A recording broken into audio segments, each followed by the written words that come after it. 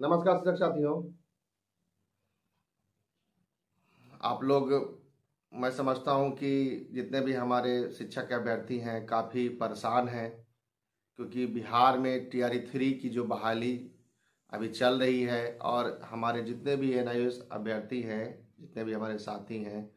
उनको आवेदन करने से वंचित कर दिया गया है। इस संबंध में मुझे रात दिन फ़ोन आ रहा है कि सर TR3 वाले जो अभ्यर्थी हैं क्या आवेदन नहीं करेंगे, क्या हमारा डिग्री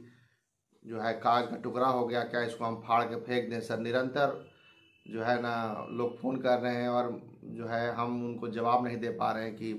वाकई में कागज का टुकड़ा हो गया क्या।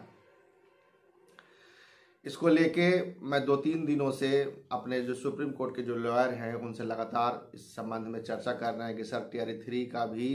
TR2 का तो भाई सबका नियुक्ति पत्र रोक दिया गया, TR1 का तो सप्लीमेंट्री रिजल्ट में लोगों को रोक दिया गया, अभी TR3 तुरंत आ गया। हम लोग उम्मीद कर रहे थे कि अगस्त में आएगा, जब तक हम लोग सुप्रीम कोर्ट में केस जीत जाएंगे तो कोई दिक्कत नहीं होगा। लेकिन अचानक से बहाली आ जाने के कारण पूरा ओह पोह की स्थिति में है कि अब करना क्या चाहिए।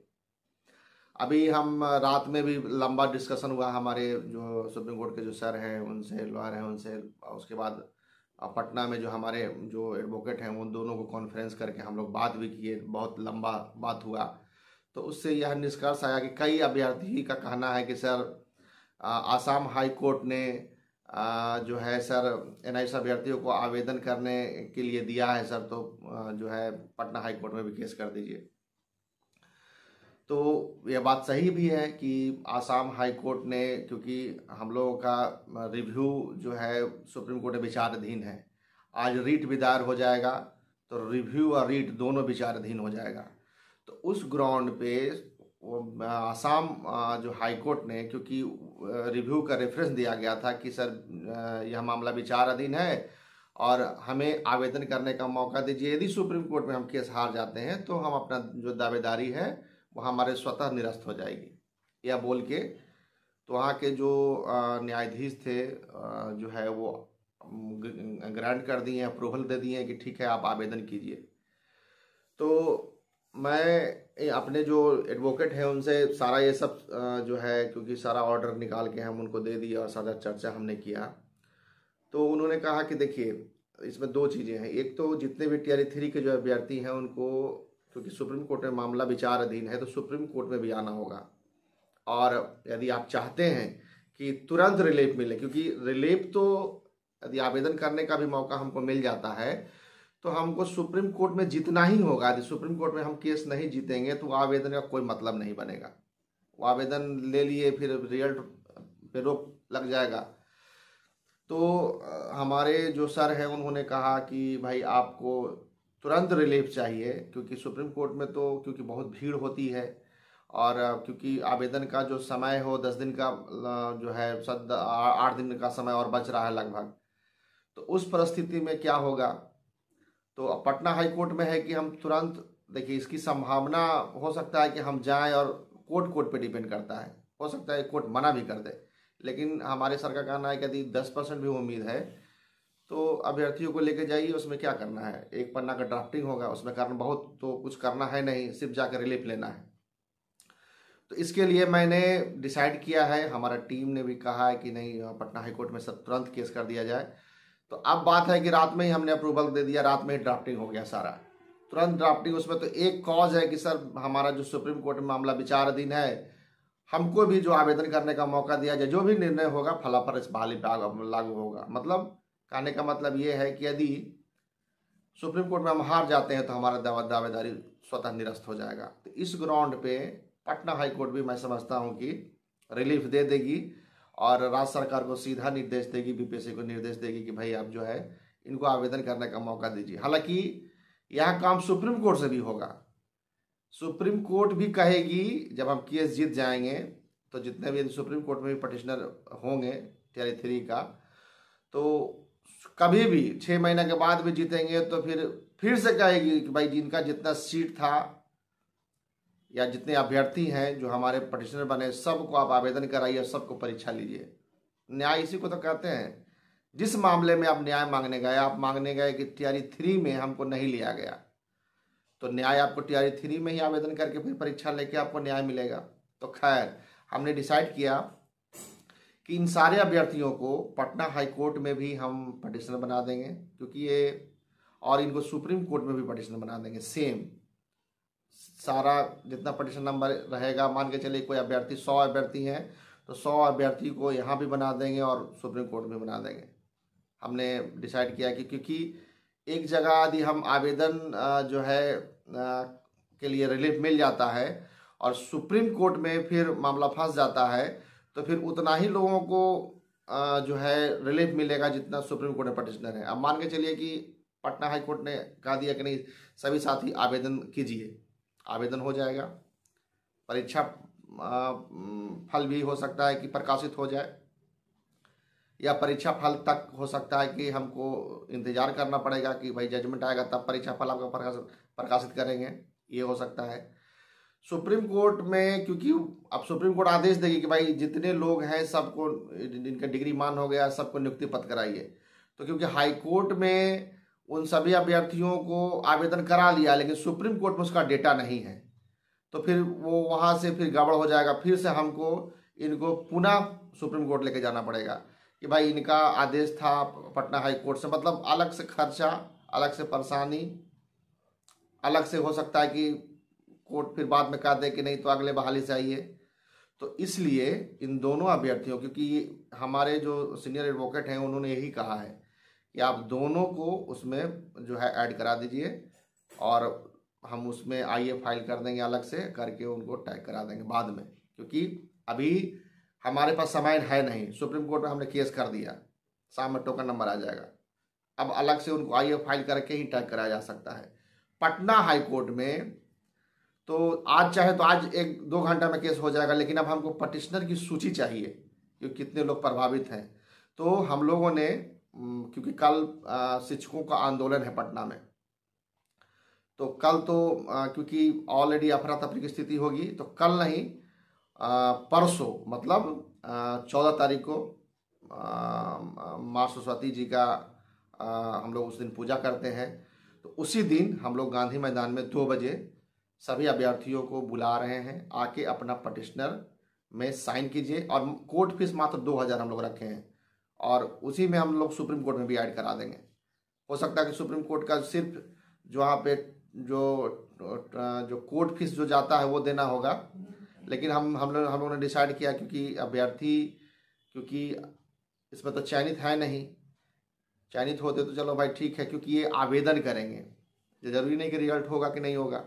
लेकिन इसीलिए एक मिनिमम अमाउंट रख दिया है, हम लोगों ने रख दिया कि 2000, क्योंकि उसमें इसलिए रखा गया कि लगभग 450 कोर्ट फीस गवर्नमेंट टैक्स के रूप में ले लेगी, 1500 बचेगा जो वकील को जाएगा पर कैंडिडेट। उसके हिसाब से हम लोगों ने 2000 अमाउंट रख दिया है कि पटना हाई कोर्ट में तुरंत हम लोग केस करें। और आपको हम बता देते हैं 14 तारीख को सभी का ड्राफ्टिंग अभी हमारा तैयार हो गया, लगभग आज दिन भर में पूरा ड्राफ्टिंग तैयार हो जाएगा, क्योंकि पटिशनर नहीं है ना तो हम आज ही केस कर देते हैं। हमको पटना हाई कोर्ट में करने में 2 मिनट लगेगा केस करने में, क्योंकि पहले से ऑलरेडी सारा वकील हमारा हायर है, उसमें कुछ करना है नहीं। जो सुप्रीम कोर्ट में जो पटना हाई कोर्ट में सारे वकील हमारा मामला देख के जो हमको जीत दिलाए हैं, उन्हीं के पास सारा फाइल जाना है, क्योंकि उनके पास सारा फाइल ऑलरेडी पहले से है। सब कोई डॉक्यूमेंट हमको लगाने की आवश्यकता नहीं, सिर्फ एक पन्ना का ड्राफ्टिंग होगा, क्योंकि सुप्रीम कोर्ट में मामला विचाराधीन है, हमको रिलीफ दीजिए, बस सिंपल सा है। तो जितने अभ्यर्थी हैं आप जो है 14 तारीख को आप गांधी मैदान में 2 बजे आप पहुंचिए, और जो है आपका सारा हम साइन वहाँ पे कराएंगे, और उसी दिन शाम में हम वो सारा डॉक्यूमेंट उसी शाम को जाके एडवोकेट साहब के जमा करेंगे, और तुरंत 15 तारीख को सुबह केस फाइल हो जाएगा। 15 तारीख को केस फाइल जैसे ही करेंगे उस दिन शुक्रवार हो जाएगा। हम प्रयास करेंगे कि मंडे को मेंशनिंग करा दें और सुनवाई करा दें, हर हाल में मंडे या ट्यूसडे 2 दिन के अंदर हम मेंशनिंग करा के सुनवाई कराने का, क्योंकि अब हम सीनियर वकील को रख देंगे, 2 वकील माननीय प्रिंस मिश्रा, मिराग मौली सर, जरूरत होगा तो गिरी सर को भी एक हेयरिंग के लिए रख देंगे, उसमें क्या करना है। और जरूरी नहीं है, अभी फंड हमारे पास तो उन टीआरई 3 वाले अभ्यर्थियों का नहीं आया है, अब तो पटिशनर जिस दिन बनेंगे उस दिन आएगा, लेकिन जो पहले से फंड है उसी से हम लोग, क्योंकि लेट हमको नहीं करना है, लेट करेंगे तो फिर हो सकता है कि आवेदन का डेट ख़त्म हो जाए तो फिर रिलीफ मिलने में दिक्कत होगा। तो इसीलिए हम लोगों ने तय किया है कि हर हाल में कल नहीं परसों, क्योंकि कल तो पूरे बिहार के सारे शिक्षक अभ्यर्थी आंदोलन में लगे रहेंगे, तो इसीलिए कल नहीं परसों, क्योंकि परसों छुट्टी भी है और जो है माँ सरस्वती जी का पर्व है।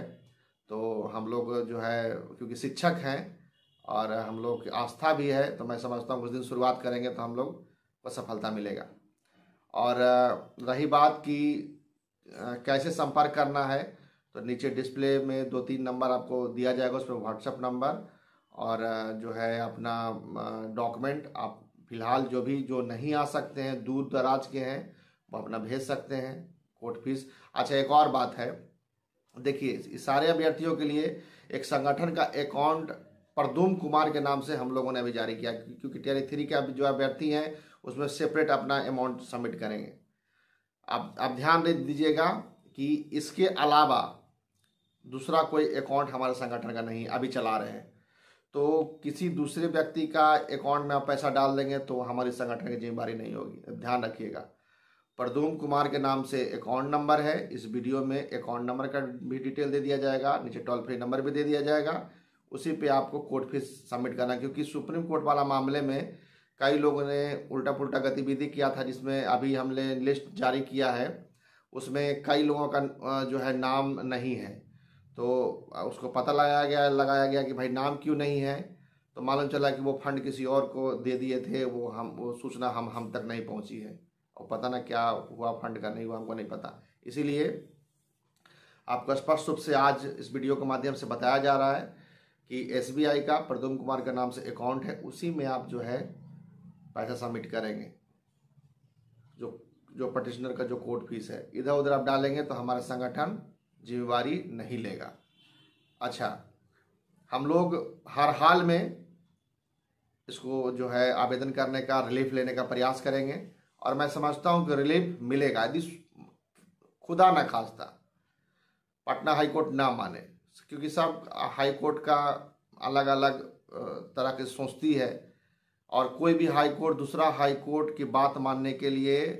जो है बाध्य नहीं है, क्योंकि सुप्रीम कोर्ट का बात मानने के लिए हाईकोर्ट बाध्य है, लेकिन दूसरा जो हाईकोर्ट है उसका दूसरे हाईकोर्ट, जैसे आसाम हाईकोर्ट का जो ऑर्डर है वो पटना हाईकोर्ट मानने के लिए बाध्य नहीं है, लेकिन रेफरेंस दिया जाता है। रेफरेंस मतलब कहा जाता है कि हुजूर इस मामले में वहाँ पर रिलीफ मिला तो हमको भी रिलीफ दीजिए, इस ग्राउंड पर रिलीफ मिलता भी है, लेकिन वो कम्प्लीटली 100% बाध्य नहीं है। लेकिन हम लोग पहले तो, क्योंकि अभ्यर्थियों को सारा जानकारी हम इसलिए दे देते हैं कि कल के डेट में अभ्यर्थी इतना उम्मीद ना पाल लें कि भाई कुछ उल्टा पुल्टा डिसीजन आए तो आहत हो जाए, कुछ अपने आप को कर लें। क्योंकि आसाम वेस्ट बंगाल में 3 लोग ने मुझे पता चला है कि सुसाइड कर लिया है। तो इसीलिए जितने भी अभ्यर्थी हैं उनको साफ स्पष्ट रूप से, क्योंकि आप मैच्योर हो चुके हैं, सभी अभ्यर्थी जो है 22 साल 23 साल 24 साल का सब नौजवान है, तो 1 मिनट में उनके दिमाग में कुछ भी हट कर जाता है। तो इसीलिए मैं उनको कहना चाहता हूँ, इसीलिए आपको दोनों जगह हम पार्टी बना रहे हैं कि यदि पटना हाई कोर्ट में कुछ उल्टा पुल्टा हुआ, सुप्रीम कोर्ट है हमारा वहाँ पे, क्योंकि वो तो पूरा देश का मामला जा रहा है, 5 राज्यों को लेके जा रहे हैं हम, तो वहाँ पे जो भी होगा तो सबके लिए होगा, वो नियोजित शिक्षकों के लिए भी होगा। तो आप वहाँ जाएंगे तो ऑलरेडी मजबूत रहेंगे, तो वहाँ भी आपका नाम ऐड कराएंगे तैयारी 3 वाले अभ्यर्थियों को, और पटना हाईकोर्ट में आपका हम करा लेंगे। दोनों वक़्तनामा उस दिन रहेगा, दोनों पे आपको साइन करा देंगे। जितने अभ्यर्थी जो चाहते हैं कि हम आवेदन करें, वो सभी अभ्यर्थी गांधी मैदान में 14 तारीख को 2 बजे हम लोगों ने मीटिंग रखा है, आप लोग पहुँचिए, वक़्तनामा में साइन कीजिए, और 15 तारीख को हम लोग पुनः केस फाइल करके, हो सकता है केस फाइल करें तो उसी दिन हम लोग प्रयास करेंगे कि 2 बजे सेकंड हाफ में मेंशनिंग कराने का प्रयास करते हैं। देखते हैं, शुक्रवार को हमको सफलता नहीं मिला तो मंडे ट्यूसडे को तो निश्चित मिल जाएगा। तो सभी साथियों को यही संवाद देना था कि क्योंकि बहुत परेशानी है, ग्रुप में पूरा हड़कंप मचा हुआ है, बार बार मुझे लिख रहे हैं कि सर क्या कर रहे हैं, हम आवेदन नहीं कर पाएंगे, इतना फ़ोन आ रहा है कि भाई अब मैं सोच रहा था कि सिर्फ सुप्रीम कोर्ट में ही उन लोगों को टीआरई 3 वाले अभ्यर्थियों को इंक्लूड कराएंगे, लेकिन एक ऑर्डर भी आ गया, अच्छा बात है, और उस ग्राउंड को लेकर हम लोग जाएंगे भी, और मुझे लगता है कि सिर्फ आवेदन करने के लिए हमको सफलता मिल जाएगा। तो विशेष और जो भी इसके शाम में जो हमारा है वो आ जाएगा आपका रिव्यू नंबर, सॉरी रीट का जो हम लोग टोकन नंबर आ जाएगा, उसके साथ शाम में हम लाइव आएंगे और विशेष संवाद आपको देंगे। फिलहाल के लिए बहुत बहुत धन्यवाद।